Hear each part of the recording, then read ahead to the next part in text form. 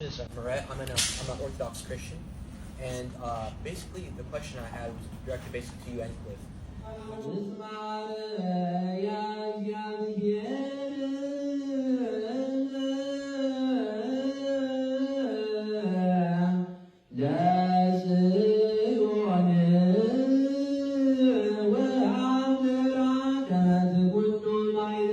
I'm an Orthodox Christian, and basically the question I had was directed basically to you and Cliff, which is you've talked about ወይም ኦሪየንታል ኦርቶዶክስ በተለይ እንደዚህ አድርጎ ቻሌንጅ አድርጓቸው አያውቅም እኔ እስከማውቀው ድረስ ማለት ነው። እና ቀጥታ እየጠየቃቸው ስለ ቅዱስ ቁርባን ነው። and the Eucharist, and how you believe that they're just basically symbolic outward professions and not as actually efficacious for salvation. And basically my critique or my question really is, when we look at the extant records of the 1st, 2nd, 3rd century Christians, all of them say that these are efficacious for salvation, that they're not just symbolic. እናንተ የምትሉት እናንተ ፕሮቴስታንት ማለት ነው የምትሉት ያው ምሳሌ ነው፣ ሲምቦሊክ ነው እንጂ እውነት የእግዚአብሔር ስጋና ደሙ የሚገለጥበት ወይም ስጋና ደሙ ነው እውነት ምንቀበለው ብላችሁ አታምኑም። እናንተ ሲምቦሊክ ብላችሁ የምታምኑት፣ እኛ ደግሞ እንደዛ አይደለም የምናምነው። ስለዚህ የእናንተ የመጽሐፍ ቅዱስ አውቶሪቲ ከየት ነው የሚመጣው? የቅድመ አባቶች ወይም እነዚህ የአንደኛ ክፍለ ዘመን የነበሩት አባቶች የሐዋርያት ደቀ መዛሙርት፣ ሐዋርያት ራሱ ደቀ መዛሙርት ወይም ደቀ መዛሙርት የራስም ደቀ መዛሙርት ነበራቸው አይደለ? ስለዚህ እነሱ እንደ ኢግኔሽየስ የሚባሉት ለምሳሌ ሲጠቅስልን እናያለን። አሁን እነዚህ ሰዎች ከእግዚአብሔር ጋር ሐዋርያት ከክርስቶስ ጋር ሲነጋገሩ ሲጨባበጡ የነበሩ በጣም የቀረቡት ከሱ ጋር አብረው ሲበሉ ከሱ ጋር አብረው ሳይላቀቁ የኖሩ 12ቱ ደቀ መዛሙርት ማለት ነው። እና ከነሱ ቀጥሎ ደግሞ ያው የራሳቸውም ደግሞ ደቀ መዛሙርትም ነበራቸው የሚከተሏቸው ማለት ነው። እና አሁን ከነሱ ነው አሁን መማር ያለብን በሚለው መሰረት አርጊመንቱን ያቀረበው በዛ ልክ ነው። እና የሰው ልጅ ኦቶሪቲውን ከየት ነው የሚያገኘው? በመጽሐፍ ቅዱስ ሲተርጉም ትልቁ አውቶሪቲ ከየት ነው የመጣው ነው። አሁን እኔ ያየሁት በተለይ ክሊፍና ስቱወርት ብዙ ጊዜ እስላሞችን ሲከራከሩ አንተ ሙሐመድ የሚለው ከ500 ዓመት በኋላ ከክርስቶስ ካረገ ከ500 ዓመት በኋላ ነው ሙሐመድ የመጣው እና አንተ እንዴት አድርገህ በዛ ሰዓት ያለውን ታምናለህ? ወደፊት የመጀመሪያው ሰዎችን አታዳምጥም እንጂ እነ ማቴዎስ እነ ሉቃስ እነ ዮሐንስን አታዳምጣቸውም እንጂ እያሉ ሲሰብኩ ሲያስተምሩ እናያለን። ይሄ ማለት እነሱ ሂስቶሪካሊ ሞር ክርስቶስን የቀረቡ ሰዎችን የበለጠ እውነቱን ትክክለኛውን ሃይማኖት የበለጠ እነሱ ናቸው የያዙት፣ እውነታዊ ምስክሮቹ ምንላቸው እነሱ ናቸው እያሉ ሲያስተምሩ እናያለን። ግን ወደ ኦርቶዶክስ ደግሞ ወይም ወደ አፖስቶሊክ ፋዘርስ ደግሞ ስንመጣ ደግሞ አይ እነሱ አይደሉም ማመን ያለብን፣ የኮንቴክስቱን ነው። ብዙ ጊዜ ኮንቴክስት ሲል እንሰማለን ስቱወርት እዚህ ዲቤት ላይ ማለት ነው። እና ኮንቴክስት ማለት ምን ማለት ነው? ስላነበብከው ኮንቴክስቱን ብቻ እኮ ትርጉሙን እዛው ላይ አታገኘውም። ንባብ ያጠፋል ትርጓሜ ያድናል የሚሉት አባቶቻችን እኮ ለዛ እኮ ነው። ግን በዛ መሰረት ደግሞ ትርጓሜውን እኛ ከየት ነው የምናመጣው ነው ጥያቄ። አሁን እኮ ትልቁ የስቱወርት እና የክሊፍ ችግር በአጠቃላይ የፕሮቴስታንትም የኖን ዲኖሚኔሽንም ትልቁ ችግራቸው ሴንትራል ኦቶሪቲ ወይም ገቨርኒንግ ኦቶሪቲ የለም የሚመራቸው፣ ትርጓሜውን የሚሰጣቸው ምንም ሴንትራል ኦቶሪቲ የሚባል ነገር የላቸውም። በዛ ምክንያት አንድ 5 አይደለም አንድ 20 አይደለም 40,000 ሰብ ዲኖሚኔሽን ፈጥረዋል ማለት ነው። 40,000 70 ምናምን ዲኖሚኔሽን እና አሁን ይህ ምን ማለት ነው ከተባለ ከየት ነው የመጣው ከተባለ ያው ያንዳንዱ የራሱ ኢንዲፔንደንት የግላዊ ኢንተርፕሬቴሽኑ እና መተርጎም አለ ማለት ነው በመጽሐፍ ቅዱስ ላይ ማለት ነው። ስለዚህ አሁን ቀጥታ እንትን ያለው ቻሌንጅ ያደረገው ስቱወርትን በዚህ ዙሪያ ላይ ነው። እና አሁን እናንተ ሲምቦሊክ ነው ትላላችሁ፣ መጽሐፍ ቅዱስ ግን እንደዛ። አሁን ቀጥታ ወደ ቪዲዮ እንሂድ እና ቪዲዮ ለመተርጎም እሞክራለሁ በምችለው መልክ። ዲያቆን ምህረት ተነስቶ ግልጽ የሆነ ጥያቄ ያቀርብለታል። እናንተ ክሊፍና ስቱወርት ከዚህ በፊት በስርዓተ ጥምቀት እና በስርዓተ ቁርባን ዙሪያ ላይ እናንተ ያው እንደ ምሳሌ አድርጋችሁ ስታስተምሩ ወይም ሲምቦሊዝም ብቻ እንደሆነ ስታስተምሩ ውላችኋል። ነገር ግን የአንደኛ ክፍለ ዘመን የሁለተኛ እንዲሁም የሶስተኛው ክፍለ ዘመን ያሉት አባቶች ከነገረ ድህነት ጋር አስይዘው ስጋው እውነት ስጋው እንደሆነ ደሙም እውነት ደም እንደሆነ አስተምረዋል። እነዚህ አባቶች ደግሞ መጽሐፍ ቅዱስን የሰጡን መጽሐፍ ቅዱስን ካኖናይዝ አድርገው ኮምፓይል አድርገው ያቀርቡልን የተረጎሙልን አባቶች ናቸው። ስለዚህ የእናንተ ትርጓሜ ከየት ነው የሚመጣው? የመጽሐፍ ቅዱሳችሁ ሀቀኝነት ወይም ትርጓሜው ከየት ነው የሚመጣው በሚለው ትልቅ ጥያቄ ጣለለት ማለት ነው። ስቱወርት ቶሎ ብሎ መለሰና እንደዛ ከሆነ ታዲያ ለምን ብዙ ክርስቲያኖች በዛን ጊዜ አልተቀበሉትም ይሄን አይነት አሁን የምትለውን ወይም በአሁኑ ሰዓት ብዙም ያልተቀበሉትም አሉ ብሎ መለሰለት ማለት ነው። አሁን ይሄ ምንድነው? አድ ፖፑለም ይባላል ወይም አፔል ቱ ፖፑላሪቲ። አንድ ነገር እውነት መሆን አለበት፣ ብዙ ሰው ስላመነው እውነት መሆን አለበት፣ ወይም ብዙ ሰው ስላላመነው ውሸት መሆን አለበት የሚል ይሄ አድ ፖፑለም ፋለሲ ይባላል ወይም አፔል ቱ ፖፑላሪቲ ፋለሲ ይባላል። እንደ ስትሮሜንም ማየት ትችላላችሁ። እና አሁን እዚህ ጋር ቶሎ ብሎ መለሰለት። እንደዛ ከሆነ ታዲያ ለምን ብዙ ክርስቲያኖች ማነው ብዙ አማኝ ያልሆኑ ሰዎች አሉ፣ ወይም ወንጌልን ያልተቀበሉ ብዙ ሰዎችም አሉ።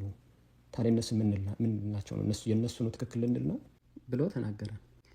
ስቱወርትም ታዲያ ከቻልክ በሁለቱም በኩል ያሉት አባቶችን ጥቀስልኝ፣ አንዱ እንደዚህ ይላሉ፣ አንዱ ደግሞ ያው ምሳሌ ነው የሚሉትን ጥቀስልኝ ሲል ዲያቆን ምህረት ደግሞ መልሶ አይ አንተ በምትለው ሳይድ እኮ የሚጠቀስለትም ሰው የለም፣ ይሄ አስተምሮ የመጣው የዛሬ 500 ክፍለ ዘመን ነው እና ይሄ አስተምሮ አባቶቻችን ያገኙት ቀጥታ ከደቀ መዛሙርት በአንደኛ ክፍለ ዘመን ያስተማሩት እና ምስክር አድርገው ለቤተ ክርስቲያን ያስረከቡት አስተምሮና ትርጓሜ ነው ብሎ መለሰለት።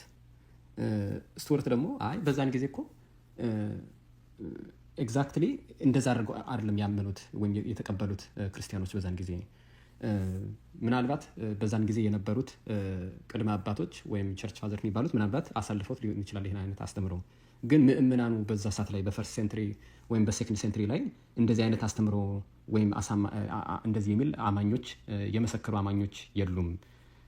እና አሁን እዚህ ጋር የሚያሳየው ያው አማኞች አንደኛ አማኞች ቀጥታ የሚማሩት ከነዚህ ከቸርች ፋዘርስ ከሚሉት ወይም ከቅድመ አባቶች ከሚሉት ነው የሚማሩት።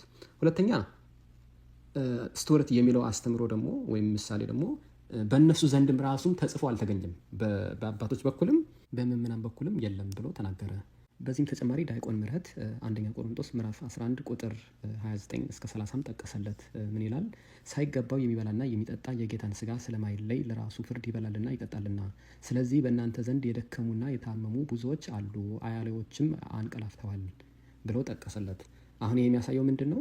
ምሳሌ ብቻ ከሆነ የእግዚአብሔር ስጋና ደግሞ ለምን እነዚህ ሰዎች ታመሙ? ለምን ሞቱ? ህማምስ ለምን አገኛቸው? ምን አይነት ስጋና ምን አይነት ደም ቢሆን ነው? ምን አይነት ህብስት ቢሆን ነው ከሚል አንጻር አመጣለት ማለት ነው። ትልቅ ጥያቄ ነው። ያው ስቱወርት እንደዚህ አይነት ጥያቄም ያው ዝግጁም አልነበርም እና ወደ ተለያየ አይነት ነጥቦች መግባት ጀመረ ማለት ነው። እንደውም ለመልሱም ዝግጁም ስላልነበረ ከእንደገና ደገምልኝ ብሎ መልሰው ደገመለት ጥያቄውን ማለት ነው ዲያቆን ምህረት። እና ብዙ አይነት ነገር ተናገረ። ምንም ያው ሁል ጊዜ ኮንቴክስቱን ማየት ያስፈልጋል። ያው ብዙ ጊዜ ፕሮቴስታንቶች ችግር ላይ አርጊመንት ዲቤት ላይ እንትን ሲሉ ኮንቴክስቱ ይላሉ። ግን ኮንቴክስት ቅድም እንዳልኩ ኮንቴክስት ማለት ነው ማን ነው ኮንቴክስቱን የሚፈታው? ትርጓሜውን የሚሰጠን ማን ነው? ከእንትን ጋርም ያው ከሴቶች ሻሽ ጋር ማስይዞ እነሱስ እንደዚህ ቢለብሱ ባይለብሱ ምናምን እያለ የማይገናኘውን ለማገናኘት ይሞክራል ማለት ነው እዚህ ጋር ስቱወርት። እና ወደ መጨረሻ ላይ ምን ላይ ደረሱ? ወደ ትራንስሰብስቲዩሽን ላይ ደረሱ። ወደ ስቱወርትም ያለ ትራንስሰብስቲዩሽን ድህነት የለም ምን አይነት አስተምሮ ነው ብሎ ጠየቀው። አይ እኔ እኮ በትራንስሰብስቲዩሽን ወይም ስኮላስቲክሊ ዲፋይንድ የተደረገው ትራንስሰብስቲዩሽን የሚለውን እኔ አላምንም። ትራንስሰብስቲዩሽን በነገራችን ላይ ምን ማለት ነው ከተባለ ትራንስሰብስቲዩሽን ማለት ይሄ አካዴሚክ ትርጓሜው ማን ነው? አካዴሚክ ዴፊኒሽኑ ወይ ትርጉሙ ይሄ ህብስቱ ወደ ስጋው ወይኑ ወደ ደሙ የሚገልጽበት ፕሮሴስ ነው። በቤተ ክርስቲያናችን አስተምረው ደግሞ በተለይ በኦሪየንታል ማለት ነው እኛ እንትኑ ላይ ፎከስ አናደርግም። ይሄ ዴፊኒሽኑ ላይ ወይም ፊሎሶፊካል ፍሬምወርክ በዛ ግድብ አናስቀምጠውም። የእግዚአብሔርን ስጋው ደግሞ ወይ ዩክሪስቱን ፊሎሶፊካል ዴፊኒሽን ወይም ፕሮሴሱን አንገልጸውም። ለዛ ነው ሚስጢር የምንለው። ሚስጢር የምንለው ይሄ በነገራችን ላይ ታምስ አኩይነስ ያመጣው የዌስተርን ስኮላስቲክ የእሱ ቴዎሎጂ ነው እና ኦርቶዶክስ ቴዎሎጂ ግን ሚስቲካል ነው የምንለው። we affirm the change happens but we do not define how it happens። ለዛ ነው ሆሊ ሚስትሪ ወይም ሚስጢረ ቁርባን የምንለው ለዛ ነው። ትራንስብስቲቱሽን ደግሞ ሚስጢረ የሚለውን ያወጣውና ፕሮሴሱን እዛው ላይ ይገልጽልሃል። ካቶሊኮችንም አይታችሁ ከሆነ ህብስቱን ከላይ ወደ ሰማይ አድርገው ህዝቡ ሁሉ እንዲያየው ያደርጋሉ። እኛ ደግሞ እንኳን ያቀርቶ መጋረጃ አለ። ከዛ ደግሞ ቄሶቹ ሲያቆርቡ ራሱ በእጃቸው እንደምንም ብለው ደብቀው ነው የሚያቆርቡ አፋቸው እስከሚገባ ድረስ ማለት ነው። ለምን? ሚስጢራዊ ስለሆነ መታየት የሌለበት በጣም የረቀቀ ሚስጢር ስለሆነ ማለት ነው። ስለዚህ አሁን እዚህ ጋርም ትራንስብስቲቱሽን እና ስለ ነገረ ድህነት ውስጥ እየገቡ እናያለን ማለት ነው። ያው እንደምታውቁት ፕሮቴስታንቶቹ ብዙ ጊዜ እነሱ የሚያምኑት አንዴ ድነናል የሚለው አስተምሮ ነው ያላቸው፣ ወይም ዋን ሴቭድ ኦልዌይስ ሴቭድ የሚል አስተምሮም አላቸው እና ይሄ ደግሞ ፈጽሞ ከመጽሐፍ ቅዱስ የራቀ አስተምሮ ነው እና ዲያቆን ምህረት ሐዋርያት ያስተማሩት እንደዚህ አይደለም። ወደ ኤፌሶን ሰዎች ምዕራፍ 2 ቁጥር 8 ብንሄድ ድነናል ይላል።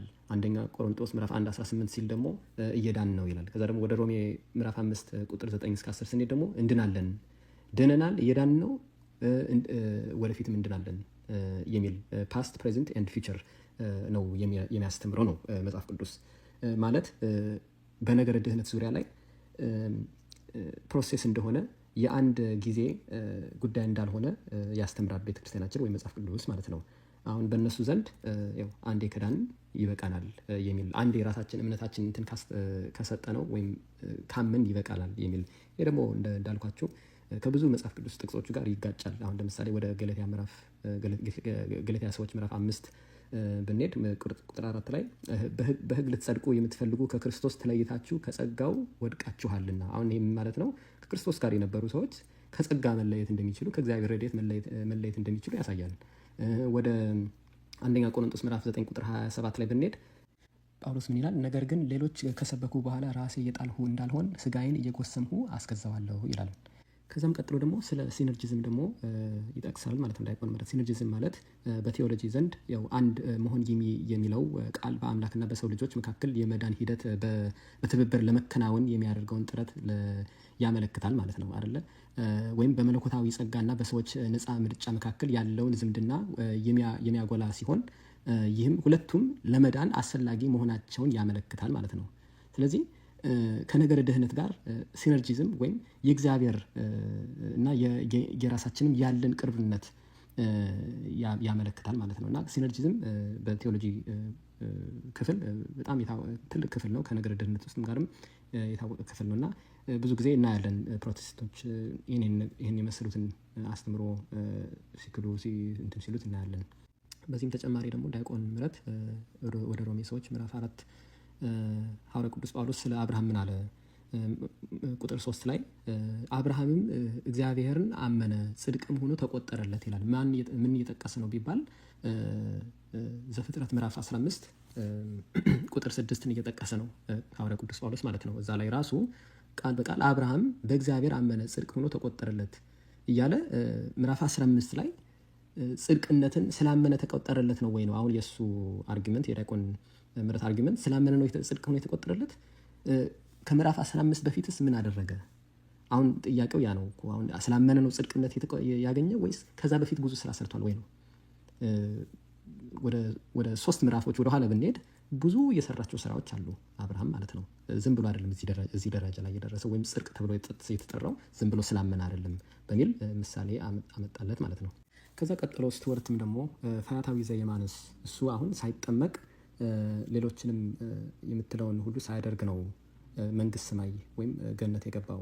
ታዲያ እንዴት እሱን ትላለህ ብሎ ምሳሌ አመጣለት። ዲያቆን ምህረትም እግዚአብሔር የሚያድነው የእያንዳንዱ የህይወታችን ሁኔታዎችን አይቶ አመቻችቶ ነው። በነገረ ድህነት ላይ ያለው የቤተ ክርስቲያናችን መልስ እንደዛ ነው። እያንዳንዱ ነገር ሰርከምስታንሻል ነው፣ እንደ ሁኔታው ነው አይደለ? አሁን ለምሳሌ አሁን የማቴዎስ ወንጌል ምዕራፍ 25ን ለምሳሌ ጠቀሰ። ምዕራፍ 25 ቁጥር 14 እስከ 15 ያው እነዛ ሶስት እንትኖች የተሰጣቸው ማለት ነው መክሊት የተሰጣቸው ማን ናቸው? ለምሳሌ ባሮችን ጠርቶ ያለውን ገንዘብ እንደሰጣቸው እንዲሁ ይሆናልና ለአንዳንዱ እንደ አቅሙ ይላል። ለአንዳንዱ እንደምን ሰጠው? እንደ አቅሙ ነው የሰጠው። አንድ 5 መክሊት ተሰጠው፣ አንድ 2 ተሰጠው፣ አንድ ደግሞ 1 ተሰጠው ማለት ነው። ስለዚህ አሁን ይሄ የሚያሳየው ምንድን ነው? የሰው ልጅ የሚሰጠው እንደ አቅሙ እንደሆነ። ከዛም ሌላ ምሳሌ ምን አመጣ? ጫካ ውስጥ ያሉት ለምሳሌ እነዚህ አሜዚኒየን የሚባሉት ጎሳ ወይም ትራይብ እነሱ አሁን ምንም ወንጌል ያልደረሳቸው ጫካ ውስጥ የሚኖሩ ሰዎች ናቸው። ታዲያ እነሱ አሁን እንዴት ነው የሚታዩት ብሎ ምሳሌ አመጣለት። አሁን በቤተ ክርስቲያናችን ይሄ ኢንቪንሲብል ኢግኖረንስ የሚለው አስተምሮ አለ። ያ ማለት ስላልተማሩ ወይም ወንጌሉም ስብከቱም ስላልደረሳቸው እግዚአብሔር ሊፈርድባቸው አይችልም የሚል አስተምሮ አለ በዚህ ዙሪያ ላይ ማለት ነው። ግን ነገሮችን ሁሉ ሰብሰብ ለማድረግ እኔ ግን የመጣሁት ልጠየቅ የፈለኩት ከኤፒስቲሞሎጂካል ፖይንት ነው እንጂ ከነገረ ድህነት ጋር የተያዘ አይደለም ብሎ አርጊመንቱን መልሶ መስመር አስያዘው ማለት ነው። ኤፒስቲሞሎጂካል ማለት ምን ማለት ነው? የኩዌስችን ኦፍ ኦሪጂን የምናስተምረው የምንማረው ነጥቦቹ መነሻቸው ከየት ነው፣ ኦቶሪቲውስ ከየት ነው የሚለው አስተምሮ ማለት ነው። ስለዚህ እንደዚህ አይነት ትምህርት አለ ማለት ነው። ኤፒስቲሞሎጂካል ይባላል እና በዛ ዙሪያ ላይ ነበር ሲጀመር ገና መጀመሪያ ራሱ አንዱ የስጋ ወደሙ አርጊመንቱ ይሄ ነው ትርጓሜው። ኦሪጂኑ ደግሞ የትርጓሜው ኦሪጂን ደግሞ ከዚህ ከአባቶች ነው የሚፈልቀው፣ የወጣውም ከነሱ ነው እና እኔ ብተረጉም አንተን ብተረጉም ምንም አይጠቅመንም። እኛ መተርጎም ያለብን ቅድመ አባቶች መጽሐፉን ሰብስቦ ላዘጋጁልን እነሱም ነው ሲጀመር መጀመሪያም የደረሳቸው። በዛም ዘመን ላይም የነበረው የጉባኤ ስምምነትም በዛ መሰረት ብንሄድ የበለጠ እውነት ላይ እንደርሳለን። ስቱዋርትም ደግሞ በኢንፋሊቢሊቲ በሚለው ኮንሴፕት ላይ ለመጠየቅ ወይም ለመመለስ ሞከረ። ኢንፋሊቢሊቲ ማለት በጉባኤዎቹ በአንደኛ፣ በሁለተኛ፣ በሶስተኛ ባሉት ጉባኤዎቹ ላይ ኢንፋሊቢሊቲ ተሰይመው ነበር። ኢንፋሊቢሊቲ ማለት የማይሳሳቱ ጉባኤዎቹ በቤተክርስቲያናችን አስተምሮ መንፈስ ቅዱስ ይመራቸዋል። ስለሚመራቸው እኛ ኢንፋሊብል ነው ብለን ወይም አይሳሳቱም ብለን ነው የምናምነው እና አሁን እናንተ አይሳሳቱም ብላችሁ ግን ስንት ነገር ቀያይራችኋል ብሎ ትክክል ያልሆነ ነገር አመጣ አሁን እዚህ ጋር ማለት ነው። አሁን መቼ የተቀየሩበት ለምሳሌ መቼ ነው? ከዛ ቀጥሎ ለምሳሌ ብሎ ቫቲካን 1 ጉባኤ ወይም ካውንስል፣ ቫቲካን 2 ካውንስል፣ ቫቲካን 3 ብሎ ጨምረው። አንደኛ እኔ ካቶሊክ አይደለሁም ኦርቶዶክስ ነኝ። ሁለተኛ ቫቲካን 3 የሚባልም ጉባኤ ካውንስልም የለም። ይሄንስ ለምንድን ነው የምትጠራብኝ? እኔ ኦርቶዶክስ ነኝ። እነዚህ አሁን የጠቀስካቸው ጉባኤዎቹ ለእኛ ጉባኤ አይደሉም፣ የተወገዙ ጉባኤዎች ናቸው። ስቱዋርትም ምን ብሎ ጠይቀው፣ አሁን እኮ የምትጠይቅኝ ስለ ቅድመ አባቶች አይደለ እንዴ? አይ እኔ አሁን የምጠይቅ በአጠቃላይ ስለ አንደኛ እና ሁለተኛ ክፍለ ዘመን ያለህን መረጃ አሳየኝ። በዛን ጊዜ ያሉት ክርስቲያኖች አንተ የምትለውን ብለዋል ወይ? ስጋ ወደሙ እውነት ምሳሌ ብቻ ነው ወይ? ባፕቲዝም ወይም ስርዓተ ጥምቀት ራሱ ምሳሌ ነው ወይ የሚል ወይ ደግሞ አንድ ይድናል የሚል አስተምሮ እስኪ አንድ መረጃ ብቻ አምጣልኝ። ምክንያቱም ይሄ የምትለው ነገር ሁሉ የዛሬ 500 ዓመት ብቻ ነው የመጣው አዲስ አስተምሮ ነው እና አንድ ሰው እስኪ ጥቀስልኝ ብሎ ጥያቄ ጠየቀው ማለት ነው ዲያቆን ምረት። ስቱዋርት መልሶም ያው ሂስቶሪካሊ እኔ አጥንቼዋለሁ። በዛን ጊዜ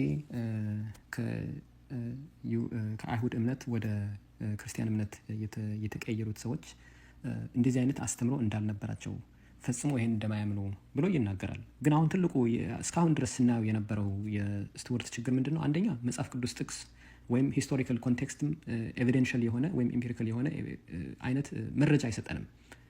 የራሱን ኦልሞስት ፍልስፍና ነው የሚያመጣው እና አሁን እዚህ ጋርም ራሱ ክርስቶስ እንዴት ራሱን ይበላል?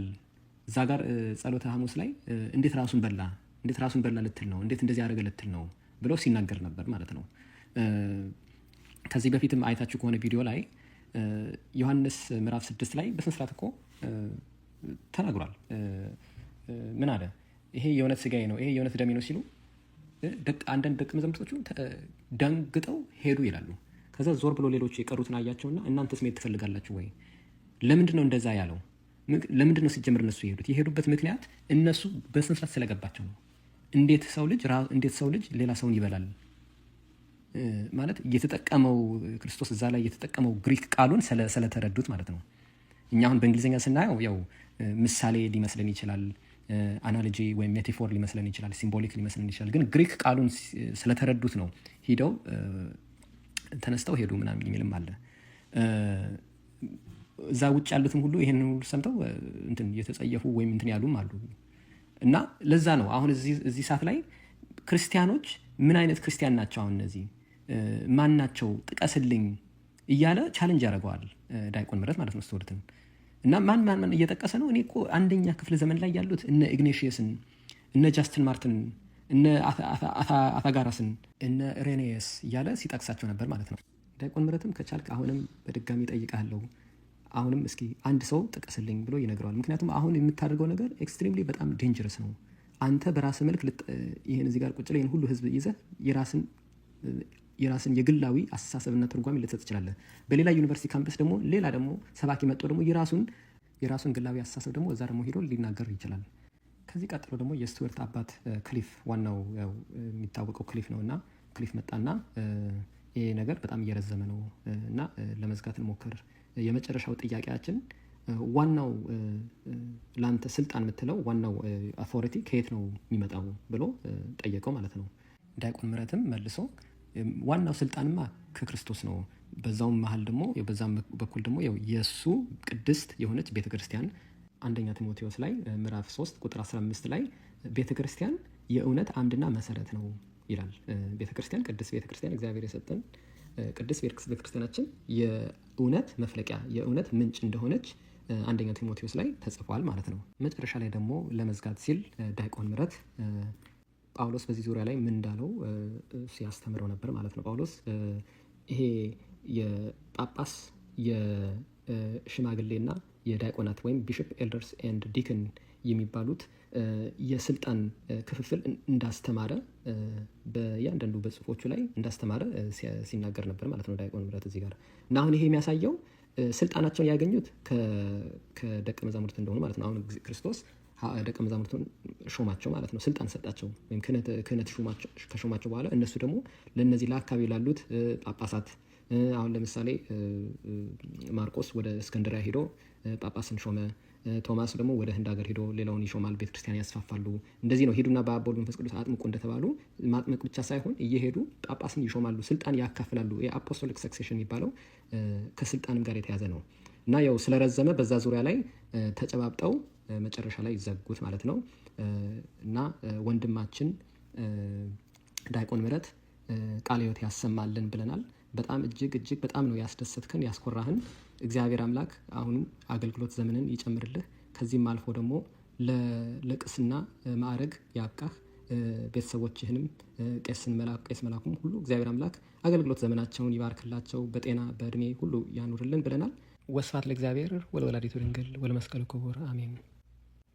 ሰሞኑን እንግዲህ አነጋጋሪ ጉዳይ ነው ይህ የዲያቆን ምህረትና የክሊፍና ስቱዋርት ዲስከሽን።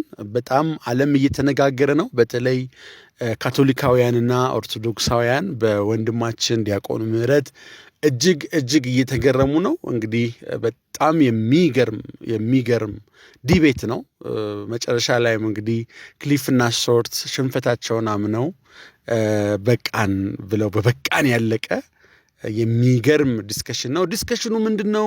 መሰረታዊ ነገሮች በተለይ የኦርቶዶክስ ፖይንት ኦፍ ቪው ላይ ዲያቆን ምህረት ዓለም እንዲረዳ እውነት ባክ ቱ ኦሪጂን የሚመስል ነገር፣ ለምሳሌ ጥንታውያን አብያተ ክርስቲያናት ወይም ጥንታውያን አባቶች በነገረ ጥምቀት አማናዊነት፣ በቅዱስ ቁርባን አማናዊነት ላይ ያላቸውን እውነተኛ የቤተ ክርስቲያን አስተምህሮ ነው እንግዲህ ዲያቆን ምህረት የገለጸውና በጣም ቫይራል ሆኗል።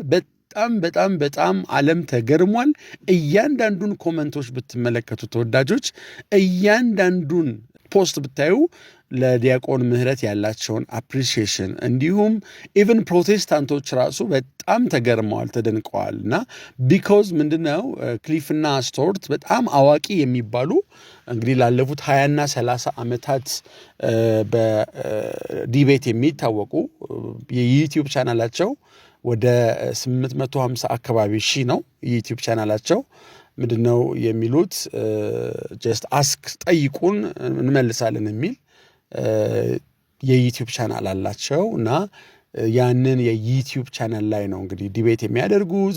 በተለያዩ የአሜሪካን ዩኒቨርሲቲዎች ይገኛሉ፣ ያስተምራሉ፣ ይጠየቃሉ፣ ይመልሳሉ። በተለይ ኤቲስቶች ጋራ እና አግኖስቲክስ ጋራ በጣም ዲቤት ያደርጋሉ እና ወደ ይሄ ሀልዎተ እግዚአብሔርን የሚክዱ በሳይንስ የሚያምኑ ሰዎች ከነዚህ ሰዎች ጋራ ዲቤት ያደርጋሉ።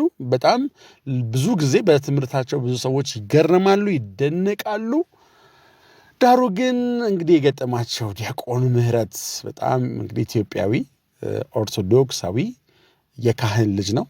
ቀሲስ አባቱ ቀሲስ መላኩ ይባላሉ። እጅግ ተወዳጅ የቤተክርስቲያን አባት ናቸው፣ በተለይ በአሜሪካን ሀገር እና በእውነት በጣም የሚገርም ዲስከሽን ነው፣ የሚገርም ውይይት ነው። ዲያቆን ምህረት የጌታን ስጋና ደም አማናዊነት፣ የጥምቀቱን አማናዊነት እንዲሁም ደግሞ በስራ መጽደቅና ኢቭን ይሄ በነገረ ድህነት ትምህርት ላይ ነገረ ድህነት ፕሮሰስ እንደሆነ ድነናል፣ እንድናለን፣ እየዳንን ነው የሚል ኦርቶዶክሳዊ መጽሐፍ ቅዱሳዊ እውነት እንዳለ የገለጸበት ያስተማረበት ነው። ዲያቆን ምህረት በጣም ዓለም ተገርሟል፣ ተደሟል። በጣም ነው ያፈሩት፣ የተሸማቀቁት። ክሊፍና ስቱዋርት አባትና ልጅ ናቸው። በጣም ነው የተሸማቀቁት። ዲያቆን ምህረት ኦርቶዶክስ ብሎ ነው ንግግሩን የሚጀምረው እና እዛም እዚህም በመርገጥ መልስ ለመመለስ ይሞክራሉ፣ ግን አልተሳካላቸውም።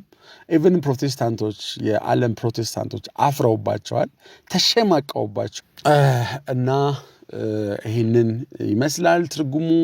ትርጉሙን እንደሰማችሁት እንዳደመጣችሁት ነው። እጅግ እጅግ እጅግ መሳጭና አስተማሪ የሆነ ነው። እንግዲህ የኢትዮጵያ ፕሮቴስታንቶችም እንግዲህ አንድ ወንድማችን ቲክታክ ላይ ለቆት ስድብ ኦርቶዶክስ ወንጌል ታውቃለች ወይ ምናምን የሚል ስድብ፣ አንዳንዴ ክህደት፣ በጣም ኢቭን ነጮች በዚህ ጉዳይ ላይ በጣም የሚገርሙ ደስ የሚሉት አፕሪሼት ያደርጋሉ። በቃ ሽንፈታቸውን ያምናሉና ካፈርኩ አይመልሰኝ አይነት ነገር አይሉም። በቃ ኦልሬዲ መጨረሻ ላይ ተጨባብጠው ነው እንግዲህ ዲያቆን ምህረትና ክሊፍና ስቱዋርት የተለያዩትና የኢትዮጵያ ፕሮቴስታንቶች ድርቅ የሚሉት ነገር አለ። ምን ትላላችሁ ቤተሰቦች? የማርያም ልጆች፣ የተዋህዶ ልጆች ሁላችሁ ኦርቶዶክሳውያን ምን ትላላችሁ? ኮሜንት አድርጉ። ለዲያቆን ምህረት ያላችሁን ፍቅርና አክብሮትም በዚሁ አጋጣሚ እንድትገልጹ እወዳለሁ። እግዚአብሔር ይባርካችሁ፣ እግዚአብሔር ይጠብቃችሁ። ይህ የማርያም ልጆች ሚዲያ ነው። ላይክ፣ ሰብስክራይብ፣ ሼር እንዳይረሳ።